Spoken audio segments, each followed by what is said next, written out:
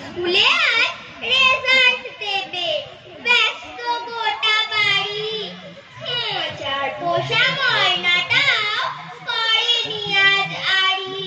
কুট্টি পিসি রান্নাঘরে, বকুল মাসি ছাদে, গৃহস্থালির সমস্ত কাজ। জরুরি সংবাদে অফিস থেকে বাবার ফোনে জড়িয়ে আছে ভয়। মা দাঁড়িয়ে রঙিন ছাতায়, পাশে সংশয়।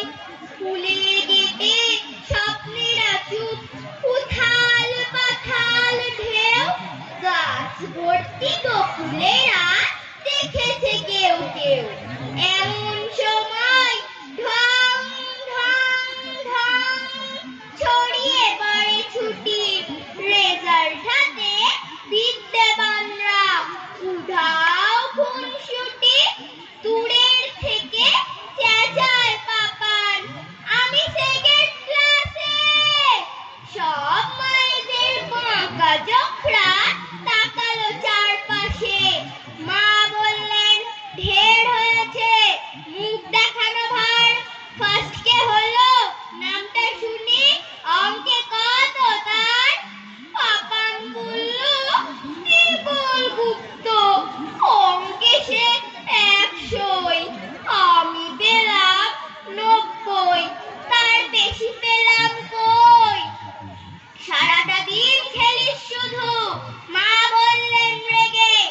সব স্বপ্নই আধার হলো চাঁদে গ্রহণ লেগে। চল বাড়িতে, দেখাচ্ছি আজ খেলার কি যে মানে। দেবল হলো চাঁদের টুকরো, সবাই তা জানে। তখন পাপান ভয়ের চোখে তাকালো মার দিকে। ও যে ভীষণ মিথ্যে বলে ক্লাসের আন্টিকে।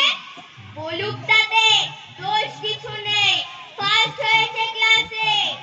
মায়ের কথায় পাপান সোনার দু চোখ ঝেপে আসে। সেকেন্ড হওয়া না মিথ্যে বলা, কোনটা ভালো বলো? বলতে বলতে পাপান সোনার দু চোখ ছলো ছলো। মুখের ওপর উত্তর দিস? মা বললেন, একই খুব শিখেছিস কথা, আজকে বাবা আসুক দেখি।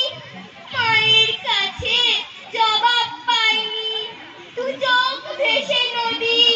ছোট্ট পাপান মঞ্চে উঠে প্রশ্ন করে যদি, বলুন সবাই মঞ্চে পাপান মুখখানা যে কালো।